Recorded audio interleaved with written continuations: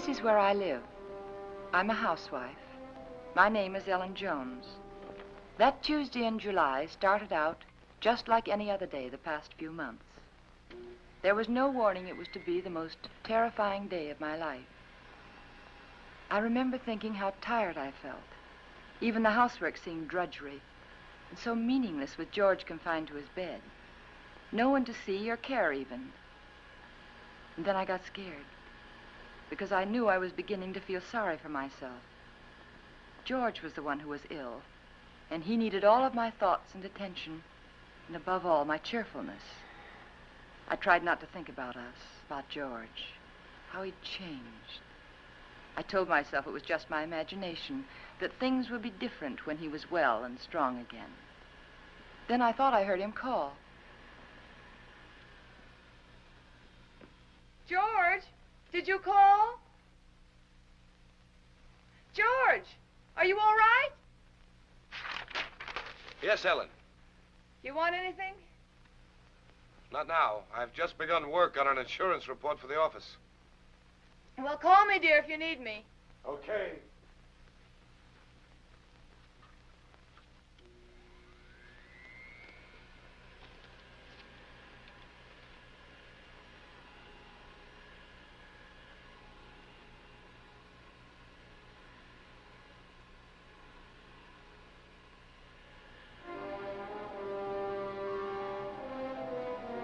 Somehow I had an odd feeling. There was something about George's voice. I found myself thinking about the first time we'd met. How different he was in those days. I remember I was sitting in Dr. Graham's office. We were talking. I played one game of checkers and 2 games of rummy, and I've written letters to a wife, a mother, and a sweetheart, and I listened for a half an hour to a homesick young ensign from Texas. He was awful cute. Now, what else can I do to help boost the morale around here, huh? You could go out to dinner with me. We get about halfway through the soup, and you get a call from the hospital. You're right. I guess my courting will have to wait till after the hostilities. There's a compound fracture down the hall who's waiting to see me, but I'll be tied up for a while. Oh? They tell me he's feeling blue. You see, his wife's expecting a baby in a minute. And I think he could stand some cheering up. It's practically done. See you later, Ann. Oh, I'm sorry. They told me I could find Dr. Grahame in here. You ought to be along any minute. Why don't you come on in? Sure, thank you. Are you a patient here, sir? In a naval hospital? No. I'm just a friend of the doc's. Flew in last night with the ferry command. The only thing wrong with me is a double-barreled hangover.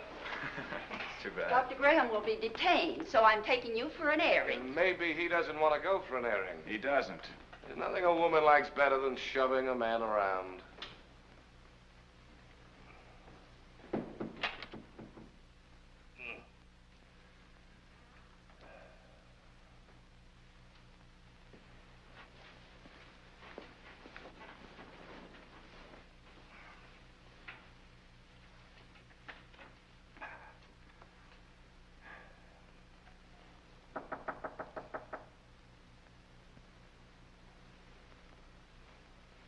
Hello. Hey. Who are you? I'm Ellen Brown. Doesn't suit you at all. It's much too plain. Oh, I'm sorry. I tell my parents about it, but they're still back in Kansas City. Now, what can I do for you, young man? I can think of a lot of things. Oh? Well, shall we begin with a game of cards? Well, I could read the newspaper to you. I could write a letter for you. I know.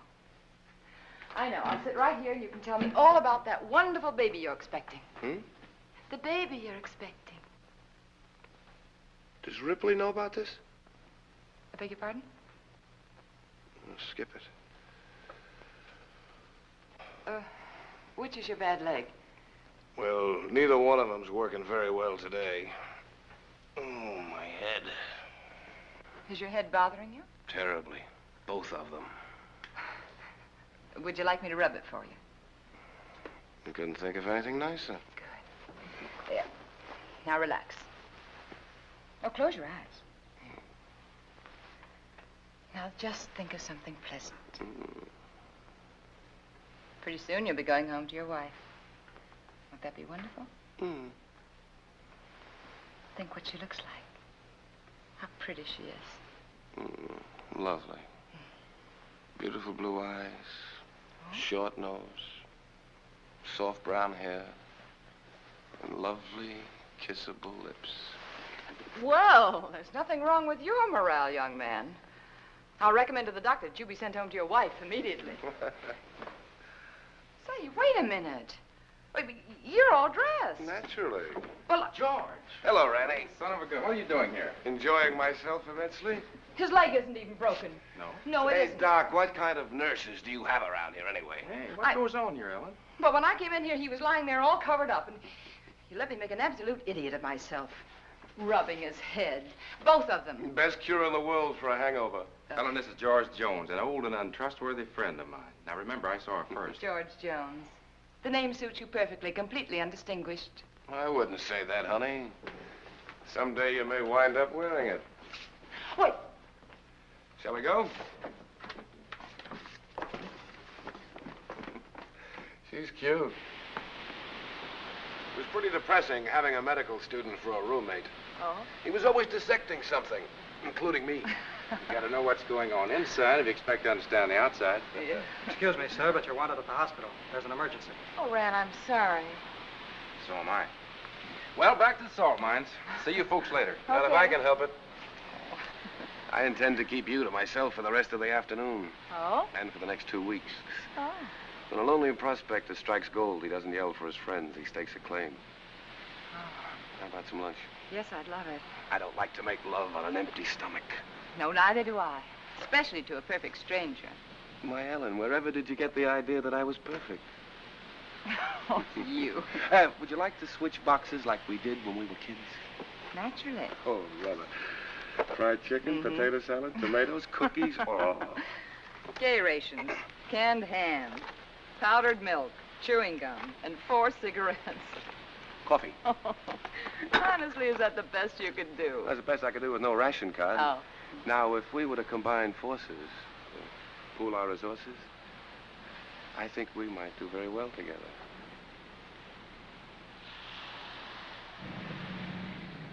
Here we go.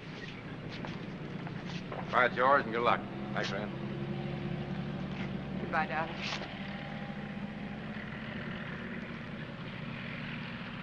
Take care of yourself. I'll be back, honey. Remember that, I'll be back. Of course. Of course. And I'll never let you go.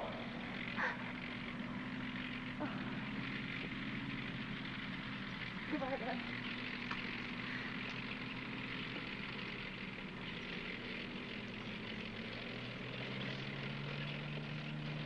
Quite a guy. Yeah, quite a guy. I'm going to marry him, Rand. I'm going to marry him just as soon as he gets back. I figured as much. Are you sure he's right for you, Ellen? Oh, I don't know. It isn't something you think about. It's just something you feel. You know, you can't do anything about it. I know what you mean, Ellen. The guy with wings has it all over us fellas who walk around down here.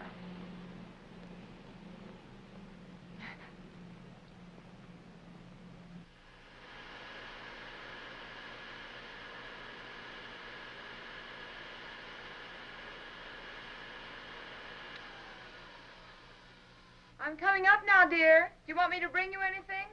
No.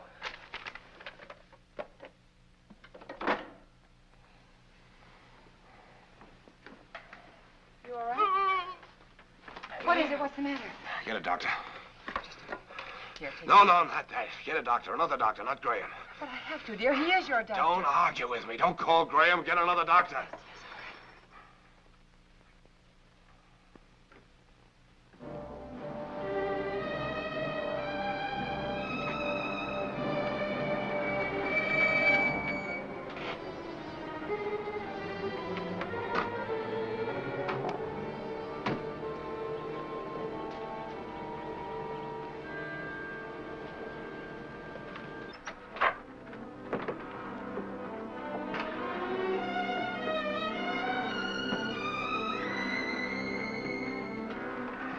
He didn't want the medicine, but I made him take it.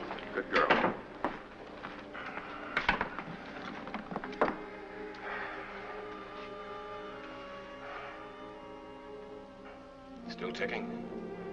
Sounds pretty good. You're evidently feeling better than when Ellen called. What time is it? 5 after 9, dear. Took you a long time to get here, Rennie. Oh, I know it seems like it, but he came just as soon as I called him. How long did it take? About 20 minutes. Fortunately, Ellen caught me as I was leaving on another call. Yes. Is there some alcohol in the bathroom? Yes. 20 minutes. I got that pain over 45 minutes ago. Why did you delay it? I didn't, dear. I lost a lot of time trying to get another doctor. But you needed him so badly, I had to You go. know best. You always know best nowadays, don't you, Ellen? No, it isn't that. I just knew that he'd come sooner than anyone else. He's our friend, George. Color's better already. Rennie, let's not kid each other. We both know where I stand. My own insurance company wouldn't put a nickel on me. Now, look here. All of us in that same boat. Automobile taking an unexpected turn, a brick falling from a high building, a heart condition like yours. They're all hazards, but that doesn't necessarily mean they'll ever happen. Think of all the chances you took during the war. You didn't worry about them. Came out feeling better when you went in. Now, the only thing you have to do is lie here in bed and let us help you get well. Isn't that right, Ellen? Yes, that's what I keep telling him. You're lucky in many ways, George. You have a wonderful wife. She's developed into a fine nurse. I don't think I'll be tying up her exclusive services much longer. Now, you've got to cut out this way of thinking. Yeah, I know. Would you mind, Ellen? I'd like to talk to George alone. No, of course not. I'll be across the hall if you need me.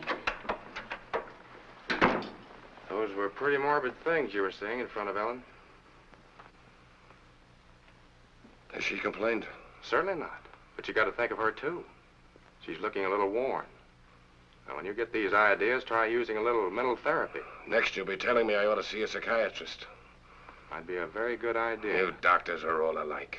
You can't cure a patient. You tell him it's all in his mind. I'm trying to help you, George. You know that. I'll drop in again this afternoon.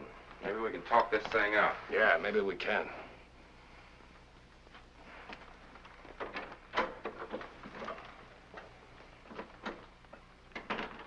Ellen? Yes? Come downstairs there. I want to talk to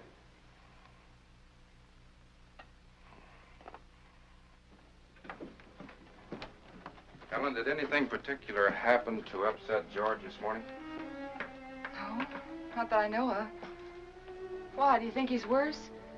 Frankly, I don't like his mental state.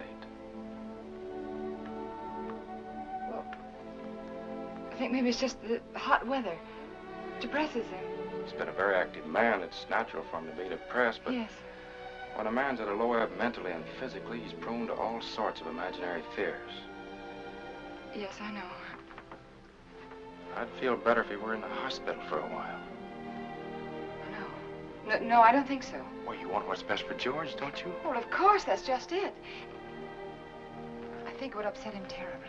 You see, he doesn't seem to want anyone else around him except me. Well, this morning, he didn't even want me to call you. Oh, it isn't that he's disloyal, Ran, or has lost confidence, but lately, he seems to have taken these sudden dislikes to people. Look, Ellen, Yes? you and George aren't just patients, you're friends. George is up there brooding, and I don't like it. Could develop into something serious. If you won't send him to the hospital, I want you to have someone here to help you.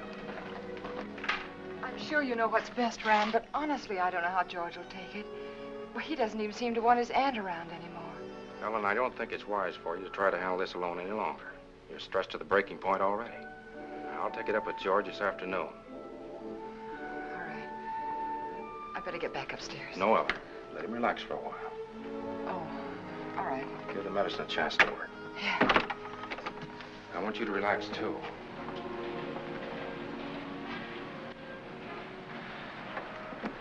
Remember now, you can call me anytime you need me, even if you just think you need me. Oh, thanks. I don't know what I'd do sometimes if I didn't remember that. Goodbye. Goodbye. You're doing fine. Thanks.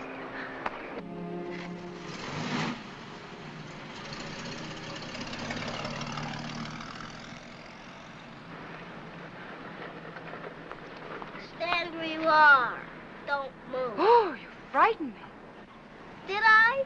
Yeah. Say, what are you all dressed up for? And where did you get that beautiful new tricycle? It's no tricycle. It's a horse. Oh? A palomino. My grandpa gave it to me. Oh, he did? Well, it's beautiful, Billy. I'm not Billy. I'm Hoppy. Hoppy? Now, who's Hoppy? Don't you know who Hoppy is? No, I'm afraid I You don't. have television? What? Don't you have television? No. You want to see mine? Sure.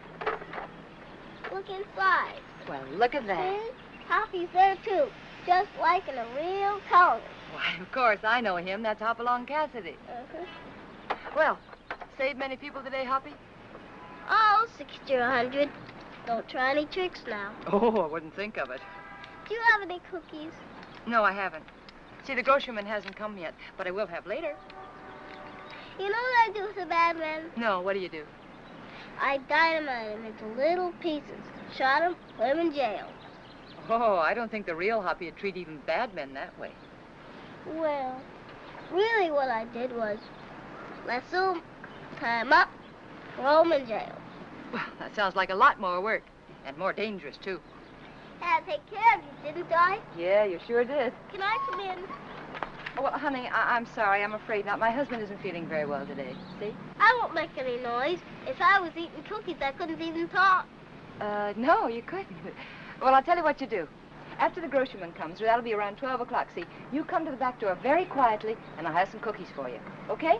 Okay. I'll ride my horse up and down and see that no bad people make any noise. Because I'm your friend, aren't I? That's right, Hoppy. You're my friend. Toot-toot! I'm an engine, I'm going to beat that car at the crossing. Toot-toot! Toot-toot! Toot-toot! Toot-toot!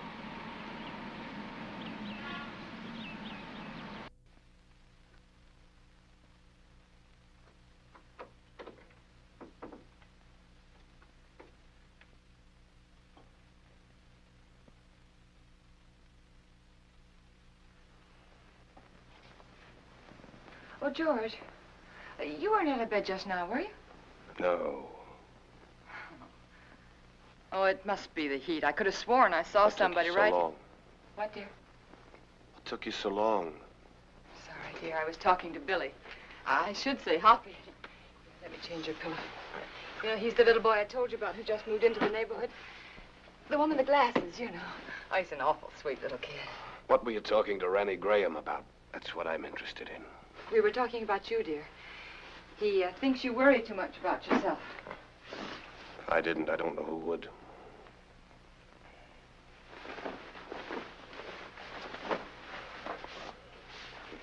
George, ever since you got out of bed yesterday to see if you could walk, I've had it on my mind.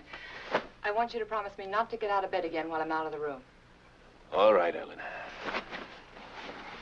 Did you call the druggist about getting the heart prescription filled? Yes, dear. He said he'd send it up later in the day. But there's enough there if we need it before. Did you tell him I'd spilled it? No, I didn't. Do you feel well enough for the paper? Yeah. Editorial page? No, just the front page is all right, thank you. Here you are, dear. You look tired, Ellen. Oh, I'm not. Just that it's so hot today. What are you thinking about, Ellen? Well, you know, I was just thinking that everything in our lives, every breath, every thought has been for ourselves. I don't think people can do that and be happy. Do you? You're getting a little confused, darling. It was me that Ranny Grahame told to change my way of thinking. Oh, no. I mean, it was my fault, too. I just wasn't strong enough to help you. But we could change all that now. Ellen. Could make all the difference in the world, George. Come here, Ellen. Yes? What's the first thing you do? When? When I'm out of this bed again, away from the house? Just be so grateful that you're well. I think I'd try to do something to somebody. I mean you. For your own self. Oh. I'd like children. Yeah. Yes. And then I'd like a garden. A real garden. Like the woman next door has. And I'd find out about flowers and things, and I compare notes with every other woman on the block. So you'd have a garden and children, huh? Yes. Oh, isn't it good to plan again? Kind of gives you something to hold on to, doesn't it? Oh, my, it takes a long time for things to sink in, doesn't it? But you always said that, George. You always said make a plan for everything and then stick to it. All right. All right, our plan now is for you to get well. And then afterwards... You must think I'm very stupid. Stupid? Don't you think I know you're in love with him? In love with whom? Grahame. Well, that's the silliest thing I ever heard of. You're not as subtle as you think you are, Ellen. It's quite obvious. First, I thought it was just an infatuation, but now I realize it's more serious. Serious to the point where my life is more in danger from your heart than mine. George, what are you talking about? I almost feel sorry for you, Ellen. He overrated you, Ellen, just as he underrated me. You haven't the courage or the intelligence he thinks you have. Please don't talk like... Do you suppose I don't know he told you to rake over these old coals this morning? No, dear, he didn't. Convinced me I was a failure by making me impossible promises. I know something about my own sickness. I know what happens to a man when you take away his self-respect. George, I know what happens when you constantly upset George, this is wrong. I know it is. Please don't upset yourself anymore. Please. Ellen, that's what he told you to do, isn't it? Did No. he also tell you to delay getting help to me like you did this morning? How could you do that, Ellen? How could you take a man of second-rate intelligence George, like dear, that? we'll do anything you say. I'll get another You didn't doctor know right what you away. were letting yourself in for, did you, Ellen? Please don't talk anymore.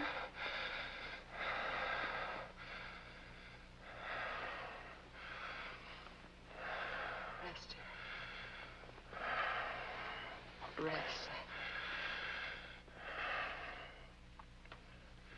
Oh, George, you just couldn't believe those things you've said about Dr. Grahame. I don't even want to hear his name.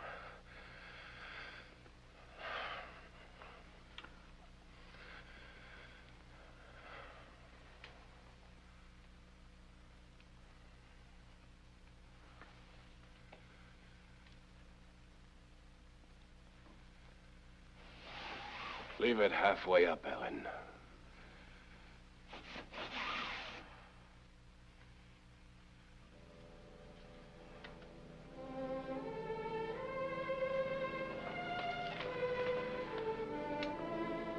I was so hurt I could hardly keep from crying.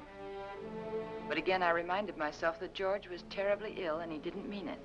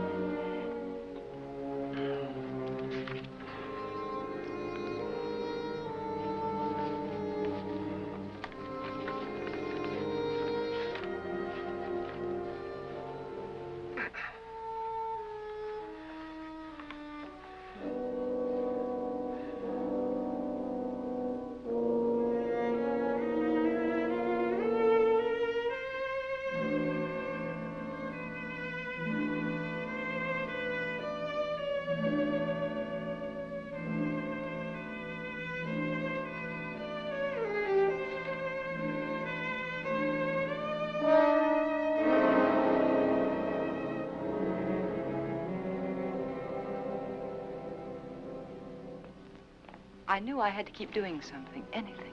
Anything to keep me from hearing George's words. He didn't mean them. He couldn't mean them. It was his illness, the heat. And when I took his lunch up to him, I'd be pleasant and cheerful as if nothing had happened. Hey. Oh, hi, Hoppy. What's the matter? Oh, you don't have to whisper now. He's awake. I was just fixing his lunch. Did you come for your cookies? Bobby's just left the bake, but I've already had for lunch. You're not begging. I want to give them to you. There you are. Take the tray. But Say, are you catching a cold in this weather? you sound just like my mom. No, I'm not. Oh. I could use something, too. Present for me? Uh-huh. Oh, Hoppy, how nice of you. Wonder what this could be. Oh, that's very nice of you. Are you sure you don't want to keep it yourself? We got a big television at home, a real one. This is just a pretend one. Well, I know it is, but it's very nice, and I want to thank you very much for giving it to me. Mommy says television's good for when you're sick. Mm. Daddy says it makes him sick. Oh. Mommy lets me look at television, so I stay in bed. Well, I think that's a very good idea. I'll have to tell my husband about that. Can I see him? I can play with him if he can't go outside. Oh, well, that's very nice of you, but I don't think he's well enough to see people, dear. I won't make any noise. I'll just eat my cookies and look. Well, perhaps in a week or two when he's feeling better, huh? Okay. My horse is sick. I gotta go see my horse. Okay.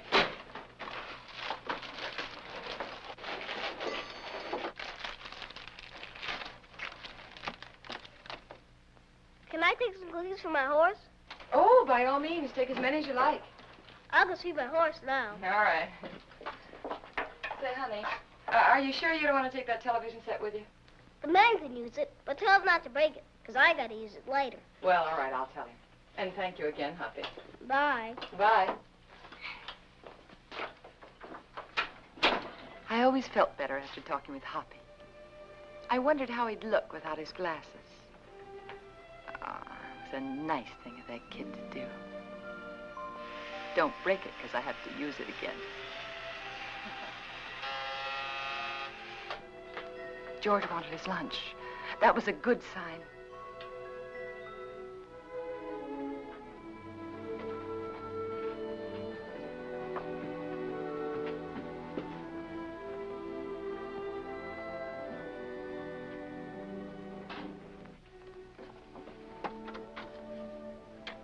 Hungry?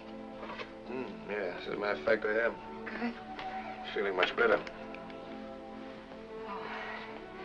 Hoppy sent you a present. Television set. And he says not to break it because he has to use it later. You two are getting to be great pals, aren't you? Oh, yes, he's a darling little kid. He's so eager to please. Oh, honey, not now. All right. But at least you're going to have clean hands and face before you eat. Ellen, has the postman come yet? What'd you say, dear? Postman, has he come yet? Oh, no. No, he's very late today. Guess it must be the heat. Give him this letter when he comes, please. Dear, I thought you were resting. Oh, it's a rest in a way. A relief to get that written. New insurance law affects the Emerson estate. I've got to check over. All right, dear, all right. I'll meet him at the gate. Give it to him myself. How's that? Good. Thank you.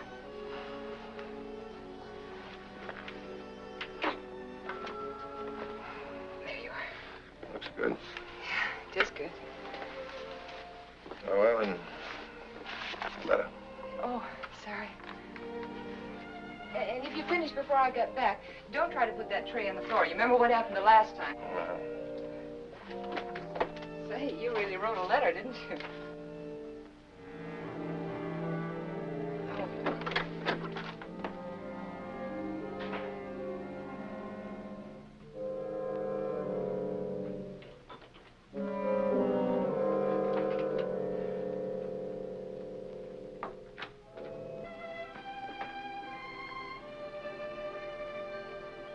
I wanted to stop a minute and chat with the neighbors, but I knew George wouldn't like it. He didn't believe in neighbors. And then I saw the postman.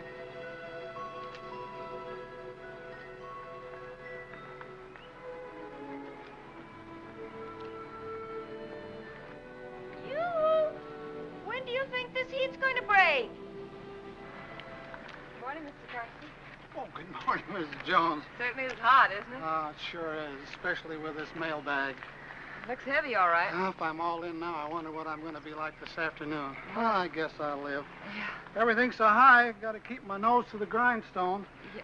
Got a pension plan. Did I tell you about it? Yes, you did. Well, you got to follow it to a T. Every penny counts. Yes. You know, my wife doesn't understand that.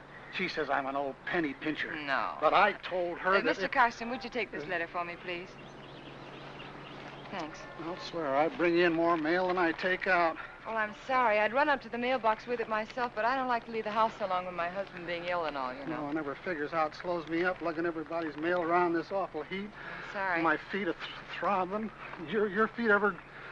Yeah, I know just what you mean. You know, I ought to Exactly. be way out in Pine Avenue and Merritt Street, but noon with the way I'm going, I won't be out there till 1 o'clock. Sorry. Well, with everybody giving me mail to take back. Is that mail for me? Huh? That mail, is it mine? Oh, yeah. Excuse me. Thank you. It's all right. It's that retirement plan that keeps me going. Yeah, I'll bet it is. Well, thanks again, Mr. Well, Garcia. you're welcome. Well, glad to see your husband's well enough to be up, Mrs. Jones. Goodbye. I wish I could lie down for a while.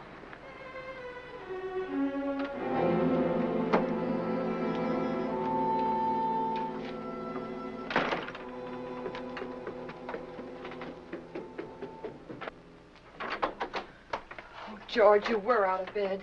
And you promised me you I wouldn't. can't get out of bed in my condition. But, dear, the postman said he saw you at the window. Did he really? Well, no, he didn't actually say he saw you. But... Postman's got a touch of sunstroke. Yeah, me too, I guess. Oh, that hot wind certainly doesn't help much. You finished? Yes, very nice, thank you. I'm glad you got that letter off. Come over here, Ellen. Sit down.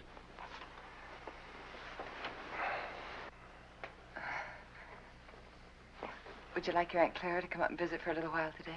It's pretty hot for the old gal. Oh, she'd love it if you asked for her. You're the apple of her eye, you know. I always was. You know, Aunt Clara gave me a toy when I was a kid. A toy I was crazy about. My mother used to tell her she gave me too much, but I can still remember that toy. It was a bottle with a small, absolutely perfect sailing ship built inside of it. You know, I was so crazy about that toy, I wouldn't let anybody touch it. Oh? Not even my mother. One day I was making a garden, making a garden in the backyard. A neighbor boy came running out of my house with my ship in his hand. Somehow I got it away from him without breaking it. I don't know what I said to him, but he looked awfully scared and white. And suddenly I was frightened too, thinking he might have broken it, the ship, I mean. I picked up the little rake I'd been playing with and began hitting him with it. And when his face had been so white, it was all blood. I think I might have killed him if Mother hadn't come out. She took him into the house and at the bathroom, washed his face. They were both so excited that I felt safe. I had my little ship again. When the neighbor boy stopped crying, Mother turned to me and she said, "Give it to him." She sounded so strange and quiet, I knew I had to. He held out his hand. I could see he hadn't learned anything, so I handed him the ship, but just as he was about to take it, I let it drop on the tile floor and I stepped on it. You'd never have known what it was, but somehow or other it was mine. Mine more than it had ever been before. I remembered every little perfect thing about that ship. But to them it was just a mess of broken glass and matchsticks on the bathroom floor. Ellen, you know who that neighbor boy looked like? You know, very much like Grahame. Your Dr. Grahame was going to find himself in exactly the same position as that little boy. But we're not going to have him here again. But that doesn't change the fact that you're wrong about him. He's been wonderful to you, so thoughtful and given you so much time. Maybe that's because he's a bachelor, huh? No home life. He's been a good friend to us. Ellen, time's limited, so you must listen carefully. Randy Grahame may have you, all right. But he'll be disappointed with what he gets. George, please. George, I can't let you talk this way anymore. I'll fill this up.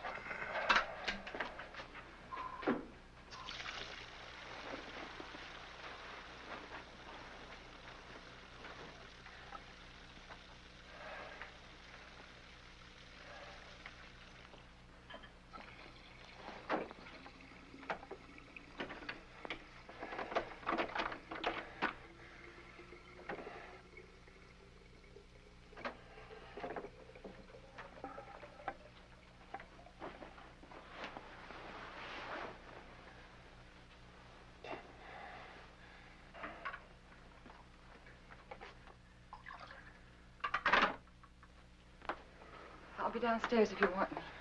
You'd better wait, Ellen. I've written the district attorney asking him to make a complete investigation if anything happens to me today before he can get help to me. Why do you torture yourself like this? Why do you imagine things that don't exist? That letter exists. It proves you're trying to kill me. But I'm not. I'm not.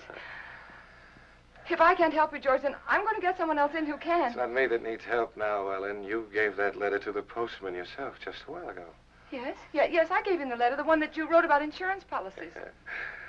I knew you wouldn't recognize a district attorney's name if you saw it. Nobody ever does. Isn't that strange? Everybody knows he's a district attorney, but nobody ever knows his name. We are going to get someone else in, another doctor, because this is all in your mind. My mind is fine. Just to reassure you on that point, let me tell you that letter was about insurance. I told the district attorney how much insurance we had on each other's lives. That if either one of us died, the other would do very nicely for the rest of his life. Or her life very comfortably indeed. Oh. I also told him how you and Dr. Grahame, how you were working together to aggravate my condition so it wouldn't look like murder. George! I also told him how you were gradually giving me overdoses of the heart medicine. But that isn't true. Anyone would know that isn't true. Would they? Why is that bottle almost empty, huh? We only got it the other day. Well, you told me that you spilled it on the tray. You told me that yourself, George. But you didn't tell the druggist that. Oh, Mr. Phillips will make an excellent witness against you, Ellen. He'll be the first if anything happens to me. And let me tell you, there'll be others. The letter takes care of everything. The druggist, the medicine, the doctor, he's in it too. Oh, you've implicated your old friend Grahame, you know. Nothing's going to happen to you. I don't know whether you're doing this to frighten me or not, but I'm going downstairs and get that letter back from that postman. You're not going anyplace anymore, Ellen. Because I'm going to kill you. I decided that definitely this morning.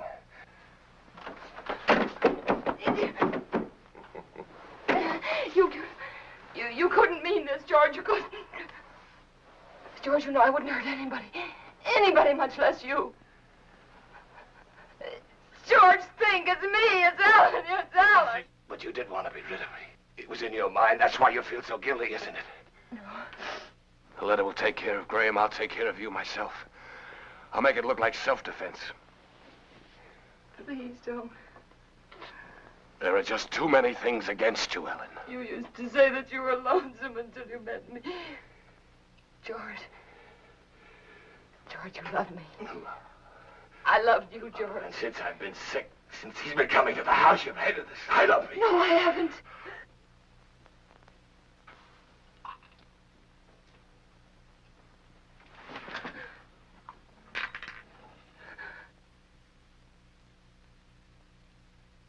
Oh. No.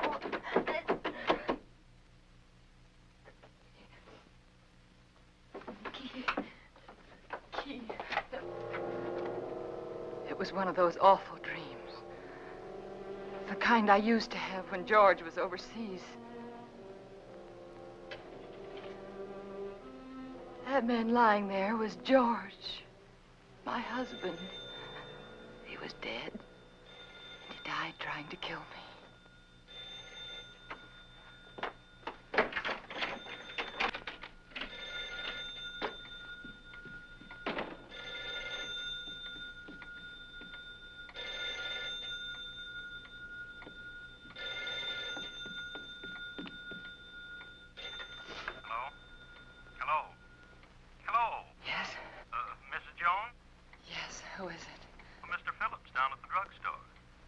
What is it that you want, Mr. Phillips? Why, it's about that heart medicine you want refilled. Yes? Can't refill it without another prescription. I see. We'll just let it go. Let it go? That is, until I talk with Dr. Grahame. Oh. By the way, Mrs. Jones, according to my records, you got that prescription filled just the other day. But my husband knocked that bottle over on the tray and spilled it. Oh? You didn't tell me that when you called before. But that's what happened. I promise you that's what happened, Mr. Phillips. All right, Mrs. Jones. You don't have to promise anything. I didn't tell you before because I didn't think it was necessary. Well, it wasn't. Look here, Mrs. Jones, I didn't... George said that Mr. Phillips would be a witness against me. I just thought it was such a A witness? You got that prescription filled. I'd warn you, that's all. I'll see that you get another prescription. Yes, you just get in touch with Dr. Grahame. Oh, why didn't I tell him about George?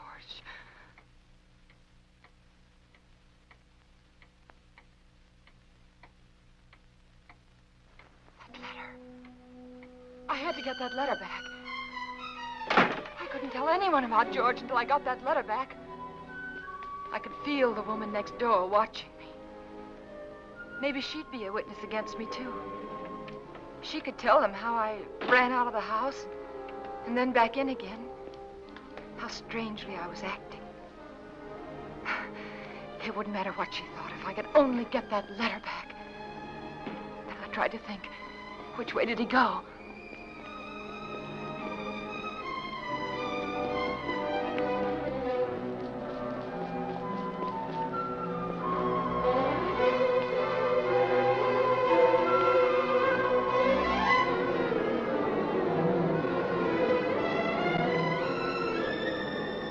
What's that for, Tex? Who knows? The heap needs everything we can put in it. Yeah, but what'll it do? Who cares? Pardon me. Can you tell me, did the postman go by here yet? The postman? Yeah. Yeah, old Oddball plowed his way through here a little while ago. Oh, which way did he go, do you know? That way. Oh, thanks. Yeah, up that way towards Merritt Street, you know. Yeah, I know.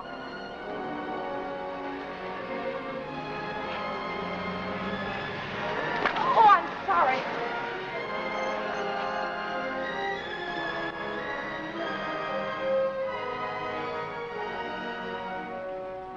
That's right. You know, every time I go home at night, I always tell my wife, Laura, if it wasn't for that pension plan of you, I just never get up. I just drop in my tracks one of these days, and that'd settle it. I just never get up anymore, and that's all. You know how it is. Hello, when Mr. you Karsten. See you later, Joe. See you later, Mr. Jones. Well, Mrs. Jones, what are you doing out this way?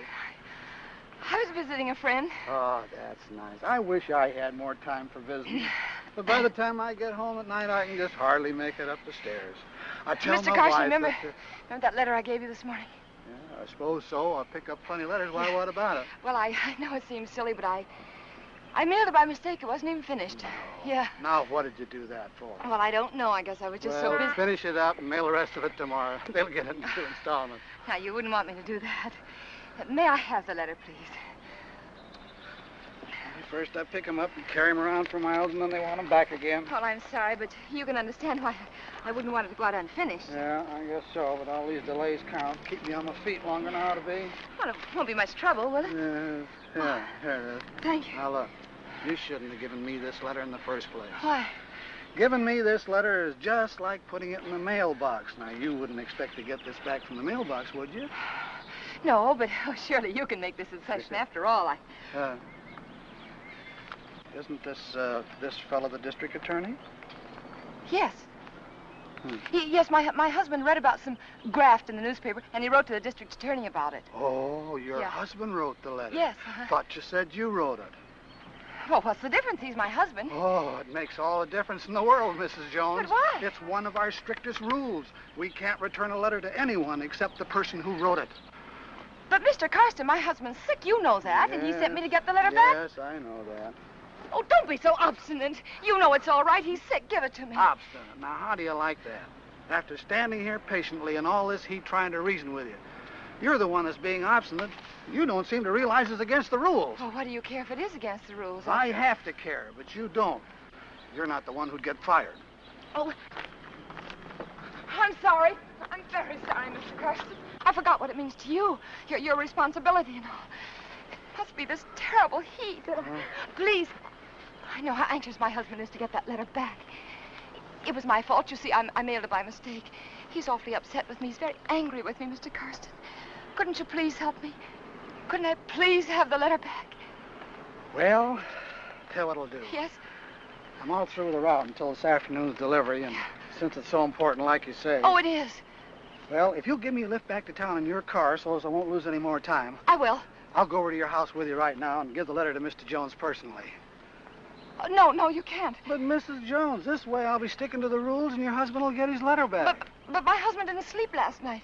And he fell asleep just before I left, and I wouldn't want to wake him. I'm trying to do the right thing by everybody concerned.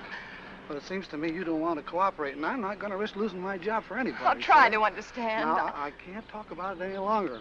Can't waste any more time. Do you want me to take the letter to your husband personally, or don't you? No. All right, then I'll take it to the post office like I'm supposed to. You can go down there and get it from the superintendent. Superintendent? Yeah, he's got more authority than I have. Maybe he'll give it to you. I see. But you better not waste any more time. Once I bring the mail in, they send it out right quick. Oh. Once it leaves the post office for delivery, nobody can stop it. The post office downtown? Yeah. Yeah, thanks. Oh, Mr. Karsten, how do I get there? The shortest way on. Right on down the boulevard, shortest. You can't miss it. Thanks. How much time do I have, do you think? Oh, about 2:30, maybe a little before. Thank you.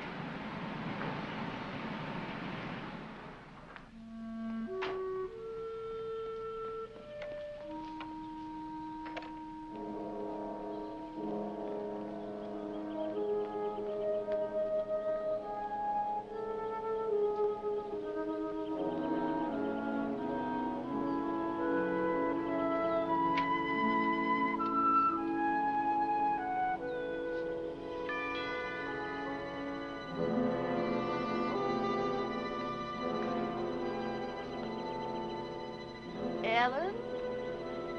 Ellen?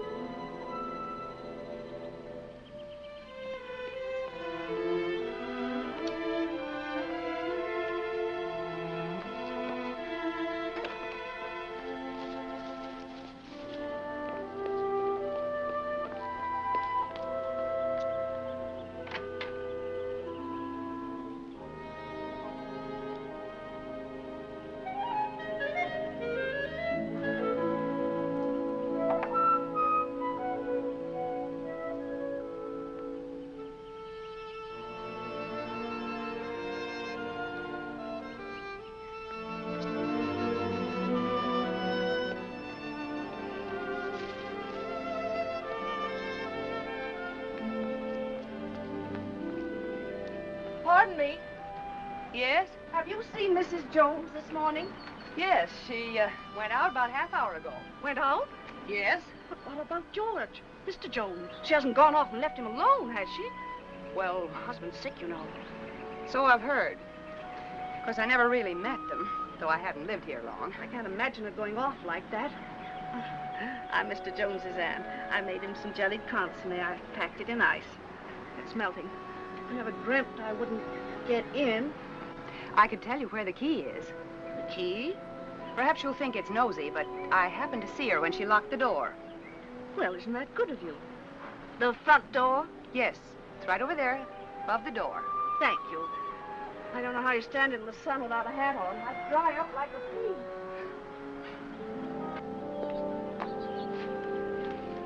The top of the green shutter, the far side of the door. I found it. If there's anything I can do for you, just call me. You've been very kind. Thank you.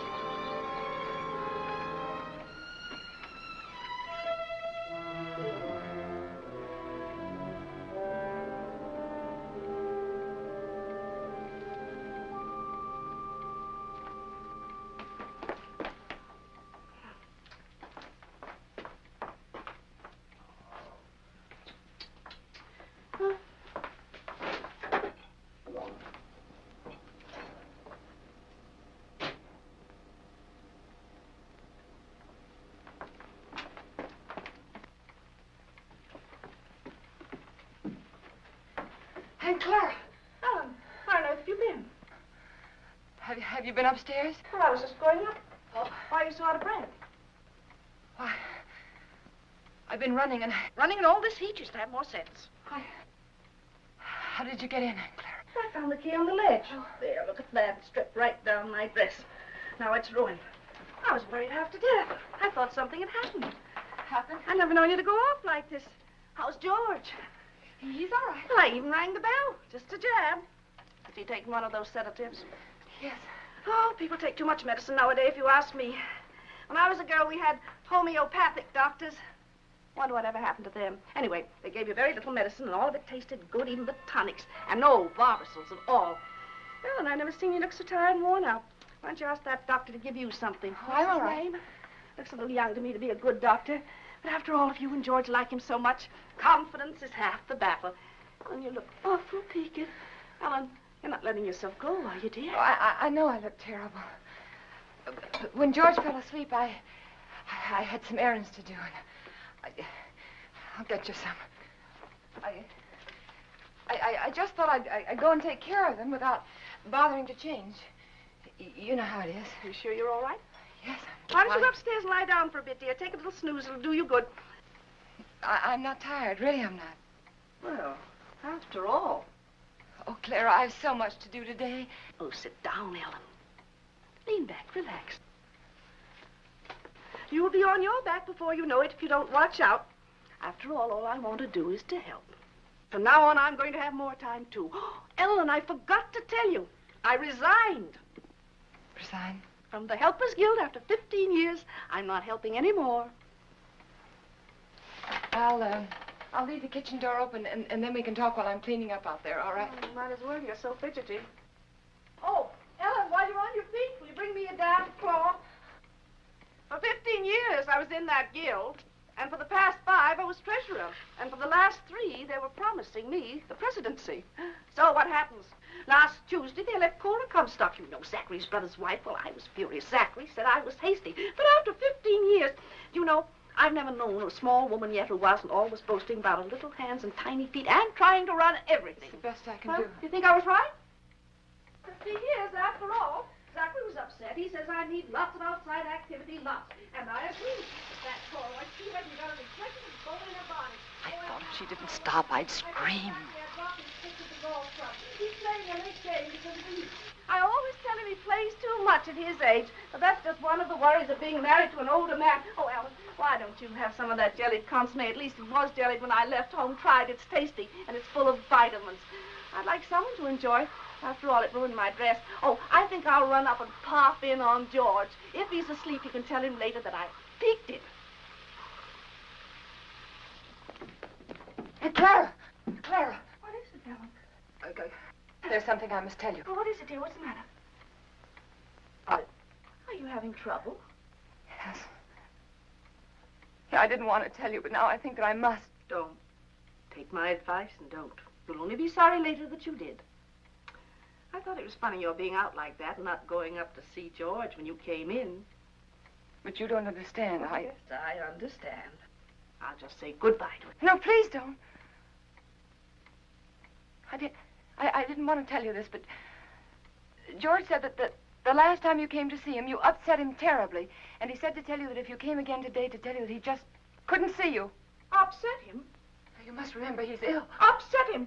Well, I've a good mind to tell him something. No, please! Well, I wouldn't think of humiliating myself. He knew I was here all the time.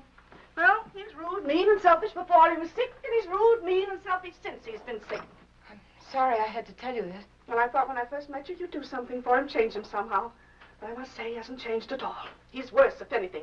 And Ellen, you can tell George for me that a man wrapped up in himself makes a very small package.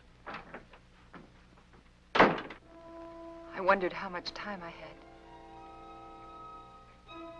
She was right, I must look awful. I had to fix myself up before I could go to the post office. I had to go in there. I was terrified, but I knew I had to.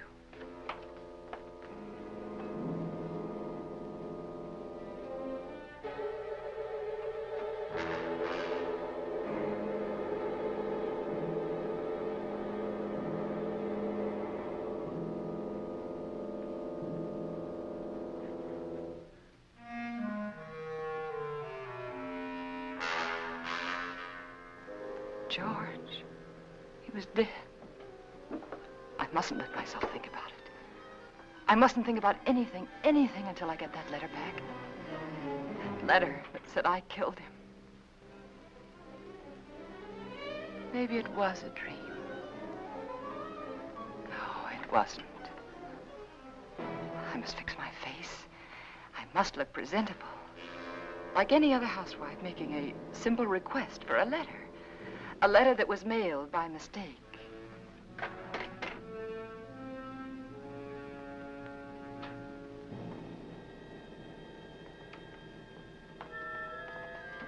The gun. It was still in George's hand. Somehow I knew I shouldn't leave it there.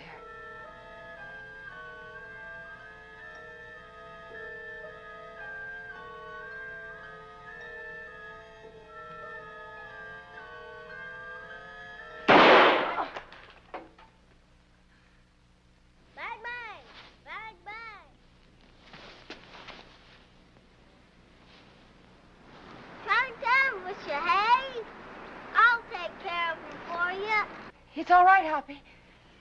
It was the radio. I just turned it off. Need any help? No, everything's all right. I see it. Bang, bang! Bang, bang! Hi, gotcha. I prayed that no one else had heard that shot.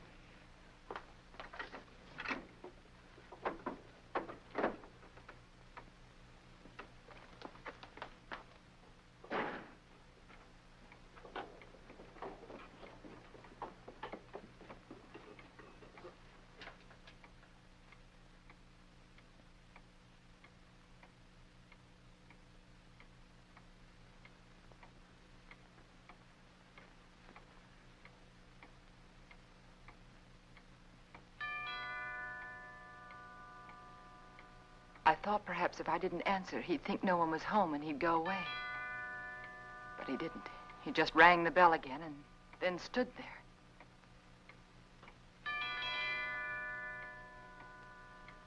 Then I knew I had to get rid of him.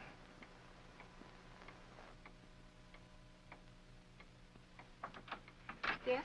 Good afternoon. I'm Mr. Russell. Yes? I'd like to see Mr. Jones. He's expecting me. Expecting you? Yes. He telephoned me the other day. Well, there must be some mistake. My husband is not well. He isn't able to leave his bed. He told me he was ill, but he did telephone to be here this afternoon. Well, nevertheless, he isn't well enough to see anyone. But it's a business matter, Mrs. Jones. I'm sorry. But the doctors forbid him to see anyone. He warned me that I'd get some resistance from you. He did? He explained that you were over-solicitous about his health, but that I wasn't to take you seriously. Oh. Your husband only wants me to authenticate some legal papers. I'm a notary. Won't take but a few minutes. I'm sorry. I've already told you he isn't well enough. He's had a relapse. The doctor just left here a few minutes ago. And he said he wasn't able to see anyone today. Not anyone. Well, I'm sorry to have bothered you, Miss Jones. Oh, that's all right. I'll leave my card. Perhaps you'll call me. Yes. Better. Yes, I'll call you. Good afternoon. Goodbye.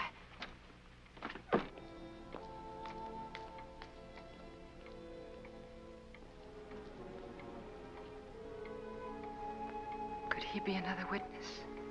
Couldn't think what I'd said to him. Oh, I'd have to be more careful.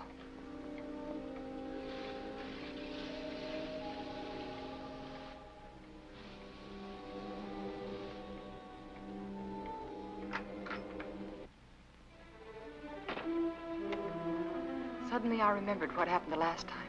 I had to be sure no one could get into the house.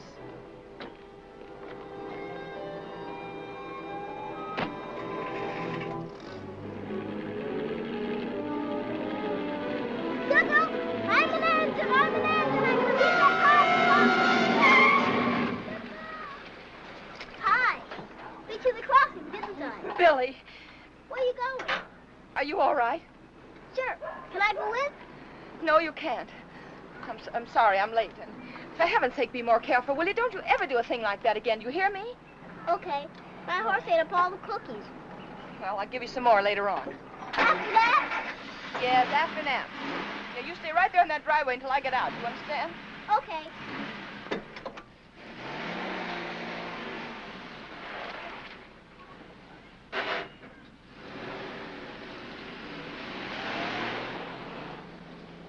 All I remember about the drive downtown was I kept thinking, this time I must control myself.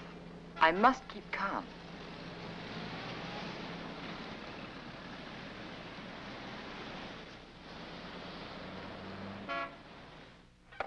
We caught it in plenty of time, Mrs. Jones. It was brought in just a little while ago. Wasn't even processed yet. Then I can have it now? Of course. Heavens. I'm glad we caught it in time for you. My husband will be so pleased to have it back. I'll give you one of our regular forms here. And Form? yes, one of these. Oh. You mean I can't take the letter with me now? Just take the form home to Mr. Jones, have him fill it out, and when you bring it back, I'll have the letter right here, and I'll give it to you. But why is that necessary? Just regulations. Oh. Among other things, it'll give me a chance to compare Mr. Jones's handwriting with the writing on the envelope. Well, I can assure you it's my husband's handwriting. Yes, I'm sure, yes. Yes. But I must have one of those forms for my records. Oh. But my husband's been very ill, and everything bothers him so. And if I don't have this letter for him when I go home, he'll be awfully upset. Why should he? Well, you see, I'm afraid that he said a lot of very strong things, and he regrets them now. You can explain to him that it won't be delivered. It'll be held right here till the form comes back. Yeah, but it's so hard to reason with a person who's ill. Well, you know how it is. They exaggerate the importance of everything. And what with his heart condition, I wouldn't want to take a chance. Really, I must have the letter for him when I go home now. I must. Mrs. Jones, I think I can take a chance. Thank you. I'll let you fill out the form for your husband. Oh, that's very nice. On one condition. Yes. I, of course, must make sure the contents of the letter. What do you mean? It'll be strictly confidential, but of course the letter must be opened and read. Open the letter? Yes, to make sure that it is the letter to the district attorney, as you say. No, you can't. I beg your pardon. I won't have anyone prying into my husband's mail. Prying? I want that letter back, do you understand? Unopened. Mrs. Jones, I was about to tell you, if you'd let me finish, that I would call your husband for you. Explain the situation reasonably and ask his permission for you to open the letter, not me. I'm sorry. I'm very sorry. I didn't mean to say that. But you don't seem to understand. No, I don't understand, Mrs. Jones. And I have no alternative but to send the letter on through to the distributing room. Good day.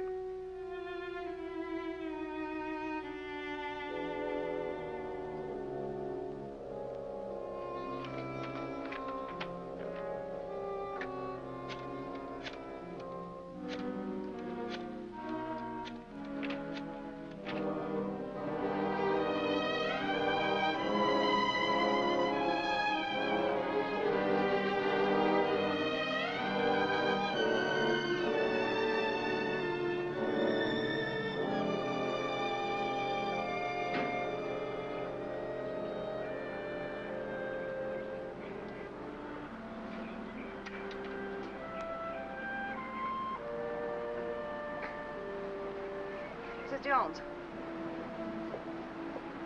Mrs. Jones. I don't want to intrude, but I couldn't help noticing you all day long. I've had the feeling that something was wrong, and I'd so like to be able to help you. Oh, I know we haven't been too neighborly, but trouble's something else again. Can I help you? Is there something I can do for you? Of course, I know you're anxious to get up to your husband, so you run up and see if he's comfortable and settled, and then you come over. Or call me. I'll be waiting for you. She was kind. She might have been my friend. She might have helped me.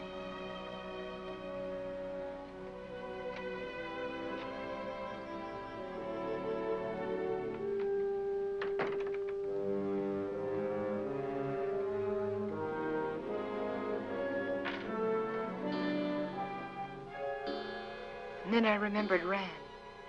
He said he was going to stop in again to see George. I couldn't let him do that.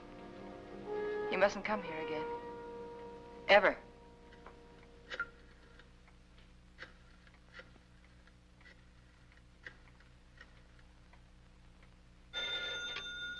Dr. Graham's office.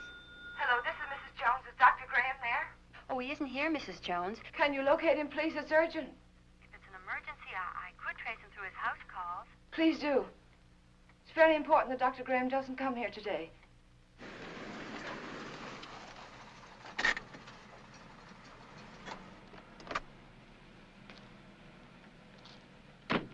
Now, I hope you understand. Of course.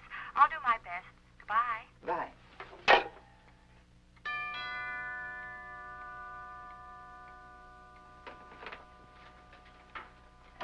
Doctor, I just called your office and I just told your nurse that Well, George felt he wanted to consult another doctor.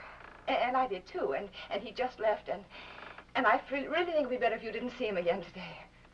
Oh? But what doctor did you call? Oh, I'm sorry, I've forgotten his name. I called the lady next door for her doctor, and she gave me his telephone number, and George liked him very much. I see. Yes. Is he a heart specialist? Yes. That is, I think so. Mm-hmm. What was his diagnosis? I don't know. But really, George is feeling much better. I'll call you tomorrow, Doctor. Now, wait a minute. What's happened, really? Well, you see, after... No, please don't, please. Don't go up there. It's better for everyone if you just don't go up there.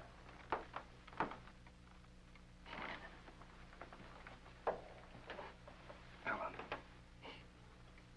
It... Is he dead? Yes.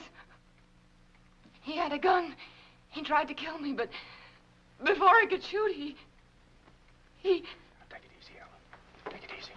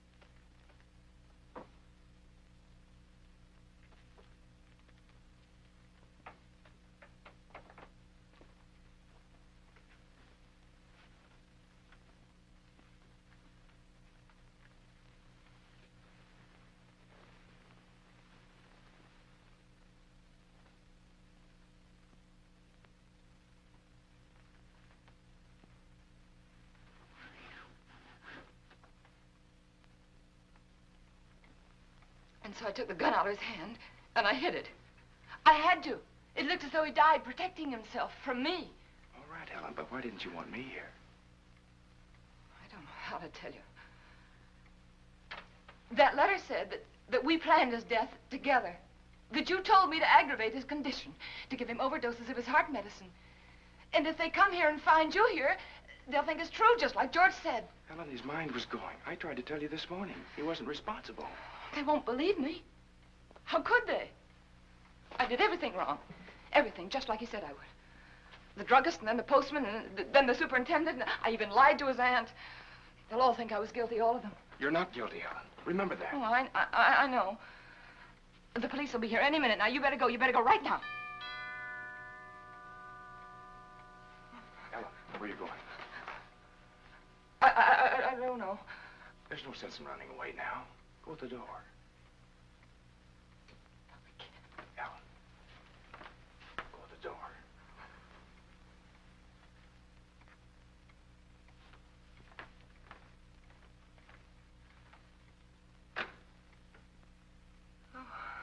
Hello, Miss Jones. I got a letter for you this afternoon. I didn't put it in the slot because, well, I guess I should feel kind of funny coming here like this after what happened between you and me this noon. But it's all right. I understand. Here's the letter you gave me to mail this morning.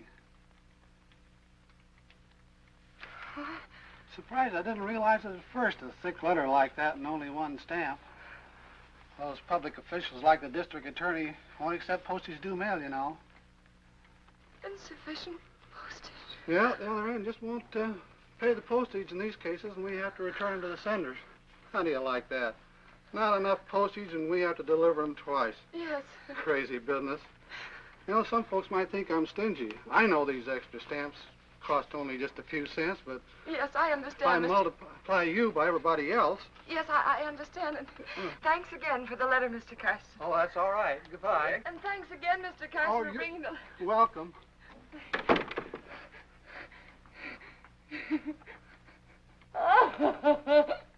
Oh, it's so funny. It's so funny.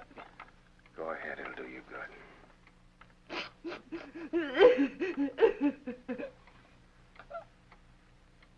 You know, I tried so hard to get... All right, Ellen. You've got it now. Sit down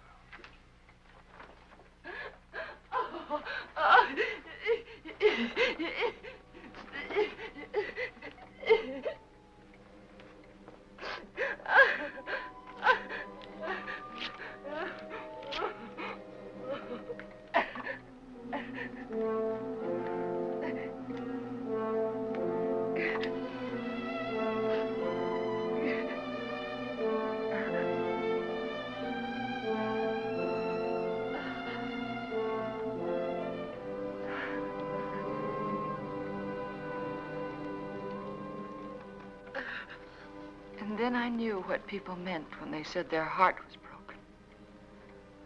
All that was left of George and me and our marriage was that little pile of ashes. I knew that somewhere, somehow, I'd have to begin to live again. But right then, all I could do was pray to lose that one day. That one terrifying day.